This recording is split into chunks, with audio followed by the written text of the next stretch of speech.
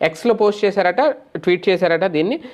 త్వరలో బీజేపీ జనసేన విలీనం కాబోతున్నాయని, సంక్రాంతి తర్వాత భారతీయ జనతా పార్టీ జనసేన విలీనం అయ్యే అవకాశం ఉంది అనేది, పండగ సమయంలోనే విలీనానికి సంబంధించి ఒక ప్రకటన కూడా వెలువడబోతోంది అని బీజేపీ వర్గాలు భావిస్తున్నాయట.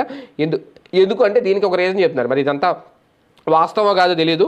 లోకేష్ సీఎం కావడానికి పవన్ అడ్డుగా ఉన్నాడని భావించడం వల్ల ముఖ్యమంత్రి చంద్రబాబు డిప్యూటీ ముఖ్యమంత్రి పవన్ కళ్యాణ్ సఖ్యతగా లేరు అనేది అందుకే ఈ చీలిక కారణం అంటున్నారు. కానీ ఇక్కడ చూస్తూ ఉంటే మన కలెక్టర్ సమావేశంలో అద్భుతంగా మాట్లాడారు, చంద్రబాబు గారిని పవన్ కళ్యాణ్ పొగిడారు. ఈయన నూరేళ్ళు ఆయుష్ ఇవ్వాలి భగవంతుడు అన్నారు, ఈయనే ముఖ్యమంత్రిగా ఉండాలి అన్నారు, ఇని చెప్పారు. కానీ ఇక్కడ పడట్లేదని చెప్తున్నారు. అలాగే రాష్ట్రంలో పవన్ లోటును ఆయన సోదరుడు నాగబాబు భర్తీ చేస్తారట. మళ్ళీ ఇదేం విచిత్రం, పవన్ ఏపీ బీజేపీ చీఫ్గా కేంద్ర మంత్రి అయ్యే అవకాశం ఉంది అంట. అలాగే పవన్ కేంద్ర మంత్రి కానున్నారని ఇప్పటికే వార్తలు వస్తున్నాయి. ముందు ఆయన అన్నారు, ఒకవేళ నేను అసెంబ్లీకి కాకపోతే పార్లమెంట్కి వెళ్తాను అనేది. ఆ తర్వాత ఆయనకే కదా ఉదయ్కి